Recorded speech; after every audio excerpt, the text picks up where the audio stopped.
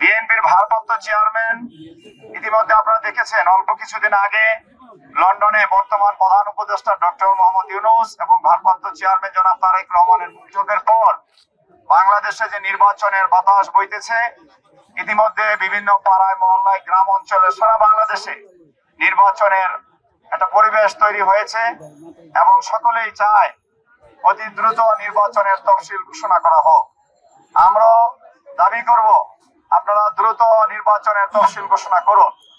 একটি মহল, একটি ষড়যন্ত্রকারী বিভিন্ন গোষ্ঠী চাচ্ছে বাংলাদেশে একটি বিশৃঙ্খল পরিবেশ তৈরি করে নির্বাচনকে পিছিয়ে দিতে।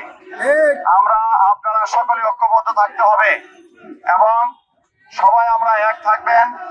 কোন ষড়যন্ত্রই যাতে বাংলাদেশের অগ্রযাত্রাকে পিছিয়ে রাখতে পারবে না। বাংলাদেশের সামনে যে নির্বাচন অত্যন্ত গুরুত্বপূর্ণ নির্বাচনের মাধ্যমে বিএনপি ক্ষমতায় আসতে চায়। রাজনৈতিক দল বিএনপি 18 বছর এই স্বৈর শাসনের বিরুদ্ধে, ফ্যাসিবাদের বিরুদ্ধে আন্দোলন করেছে। আমরা অবশ্যই 5 তারিখের পূর্বে যে সকল আন্দোলনের সাধারণ ছাত্র জনতা নিহত হয়েছে, বিএনপি দীর্ঘ সময় প্রায় 30-31 দিনের শোক দিবসের কর্মসূচি ঘোষণা করেছে।